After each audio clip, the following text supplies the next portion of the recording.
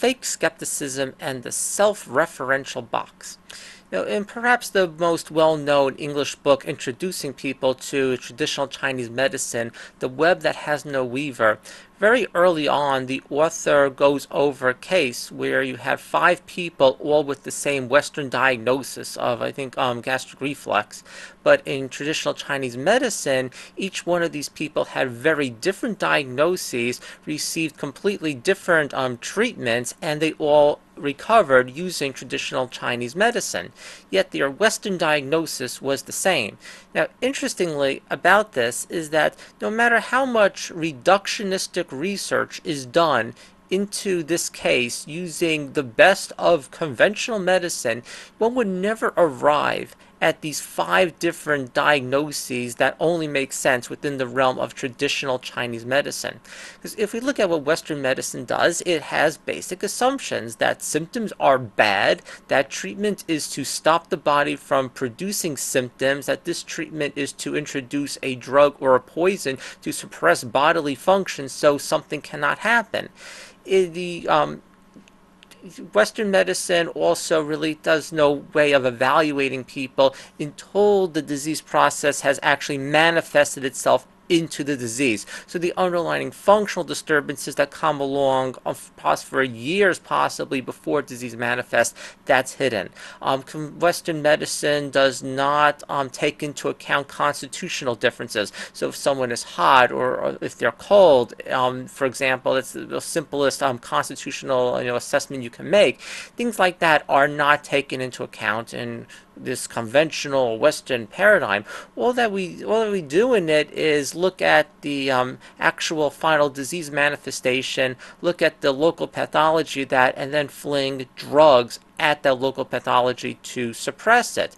But in Chinese medicine, we have a whole other perspective. And it's not necessarily that one perspective is valid and the other is invalid, but the point is that there are 2 different ways of looking at the body, 2 different ways of looking at health, 2 different ways of treating it, and that something that makes sense in one system does not necessarily make sense in another system.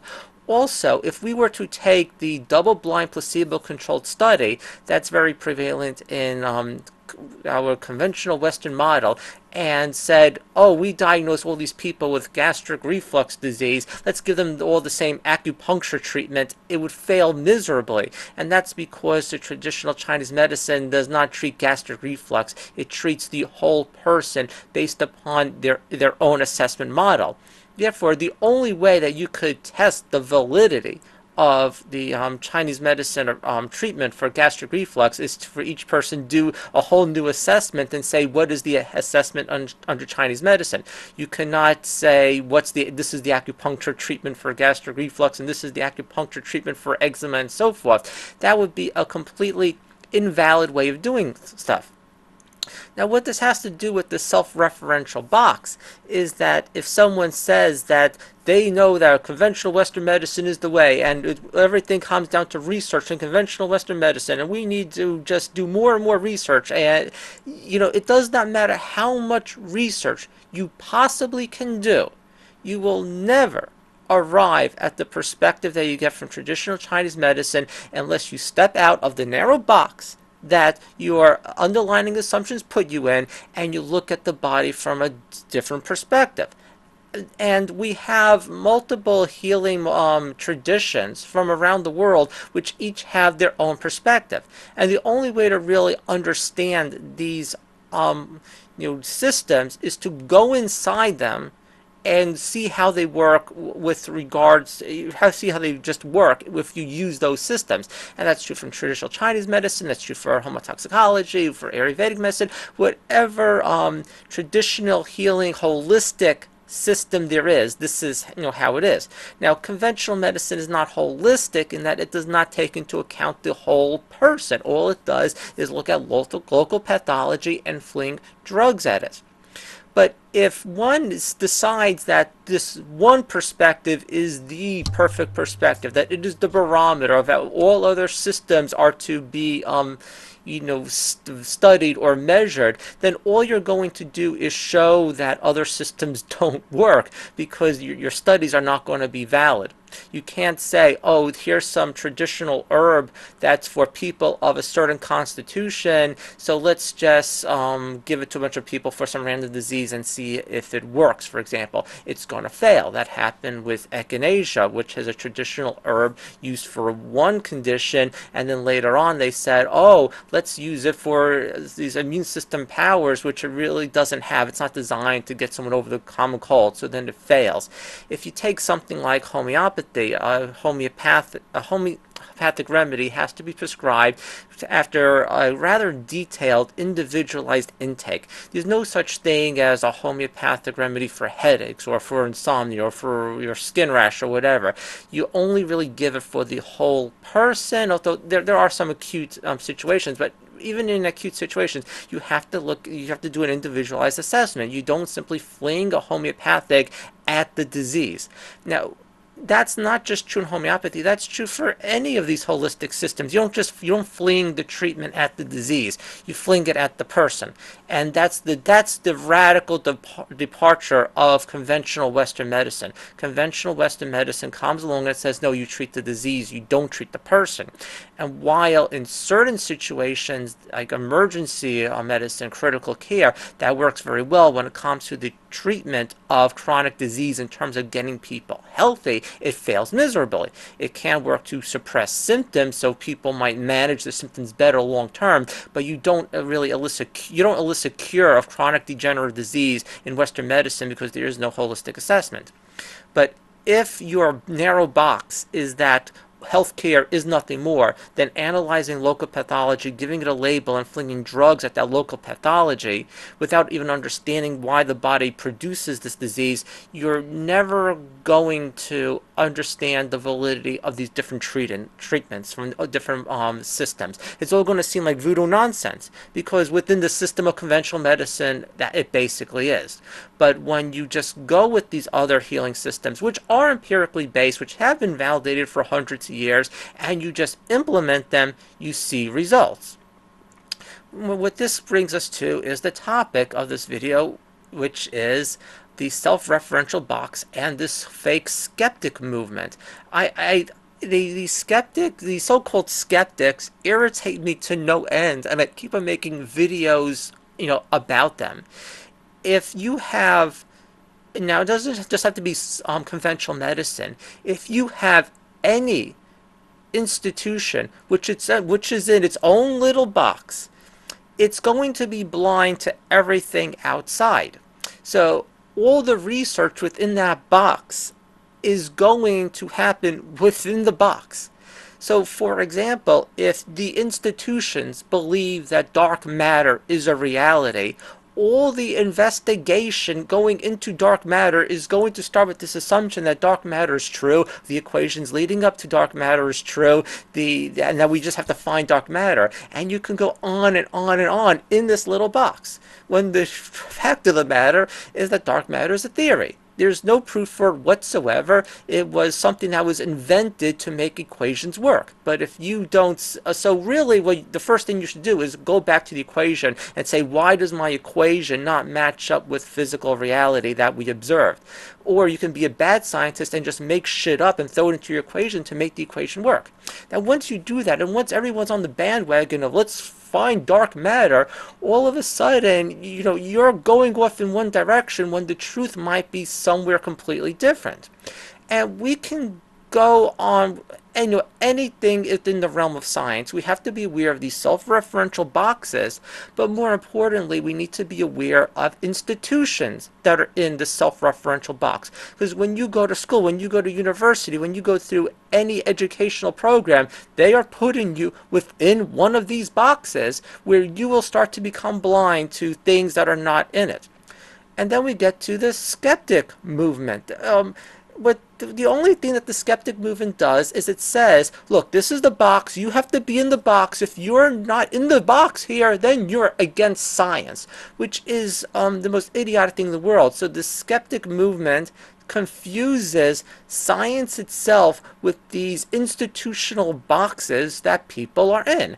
Now, people might be in an institutional box because money dictates that they go into that box, or they might just be in that box because everyone around them is just repeating the same information.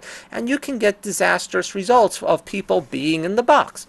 For example, scurvy. They knew that sailors were getting sick from not having fresh fruits and vegetables for over 100 years before they actually started giving like sailors lemons or limes to prevent scurvy, because doctrine said that it was something else. And there are numerous instances of this in health, like Samuel Weiss, where he said physicians should wash hands before delivering a baby, and the entire institution went against him, and they drew from nuts, and he ended up dying in a mental institution because basically challenging the box. So the big danger of this fake skeptic movement is that they just reinforce that you have to be in the box of the mainstream, and if you're not, then you are against science. When in reality, the true scientist, the true skeptic, is not running around trying to just criticize everything outside the box. The true skeptic and scientist is looking at the box that they're in, and they're looking for holes. They're looking to see if they need to get out. And if someone comes to them from a totally different perspective, with a totally different way of looking at something, the true skeptic says, let's look at this. I don't understand it. I don't believe it. But I want to know if there's something there. Even if 99% of it's wrong, there might be a 1% of truth there that I need to find out. That's what a scientist does. A scientist does not go around the internet coming up with hit articles against everything they do not understand. That's not science. That's bullshit. That's fake skepticism. That's keeping people within a box. The skeptic movement, once again, and I said this in other videos, they are not skeptics. Everyone is a skeptic when it comes to things outside of their beliefs. For example, an Orthodox Jew is a skeptic with regards to the doctrine of Islam. Indoctrinated communists from the Soviet Union will be a skeptic with regards to capitalism. Of course people are skeptical of things outside of their belief system. The only real skepticism that matters is, are you capable of being skeptical of your own beliefs? Because what happens is that the truth is not as something that anyone has a monopoly on. And they're all things that are very true and very relevant that we are not aware of, and we all believe in things that are wrong because we've been indoctrinated into it. And especially in the field of holistic health, when people want to go outside that box because they do not get results in the conventional medicine model, when they go outside that box and they get results, this skeptic movement is a dangerous movement because it tries to keep people in. It tells them, no, you can't go outside the box. You can't go to alternative treatments. All that is anti-scientific. Of course, they claim, oh, if you don't want your GMO foods, then you're against science. You find people all over the internet as part of this skeptic movement where they're for GMOs. They're the only people you can find who are for GMOs. Then all of a sudden, oh, if you don't want to shoot yourself up with vaccines, if you don't want to take like your girl and shoot her up with Gardasil, or shoot your boy up with Gardasil and see what happens because of all these things, oh, because you're skeptical against this conventional vaccine model, oh, you are now an anti-vaxxer, you're against science. And this is going on and on like some just like an out of control cult. There's a mode of thinking where people just become indoctrinated into a set of beliefs that's totally faith-based. And that's what these skeptics are. It's a faith-based belief in the status quo. It's a faith-based belief in the official institutions of science. They use the name of science, for this, which is the most idiotic thing in the world. Science is a method of inquiry. Faith-based belief in your scientific institutions is a religion. Scientific institutions are not the scientific method. Scientific institutions, for numerous reasons, will have not just have biases, but we're all in these little boxes. And the great scientists are the people who come around and don't do research in the box. They don't further our understanding of the box. They get us outside of the box. What did Newton do? Did Einstein keep us in the box with the theory of relativity? Did Darwin keep us in the box with the theory of evolution? No. But if you believe that science is just data collecting and putting more and more data in your box that you already have, you have no idea what science is. And that's really what most scientific investigation is. People in your little box, and they're just data collecting, putting more and more information in their box, until finally some great person comes around and hopefully they're listened to and people realize that they're wrong all the time. Of course, sometimes people are right, and no, it's only after they're dead that it's understood. So Samuel Weiss came around, he was right, you should wash your hands, but it wasn't until that he was dead that people understood that they were wrong all along. What more can I even say about this fake skeptic movement? I mean, these people, they just go online and they argue and they insult people, and now they have this whole thing now, and I've seen several sources, they post videos, and I made like one video about this already, where they complain about the cynicism in society as well, and they say that this shows society is against science, that there's an anti-science culture. There's the ad hominem attack, you're a heretic. That's really what they mean. If you question the mainstream, then you're a heretic to them. You need to be denounced.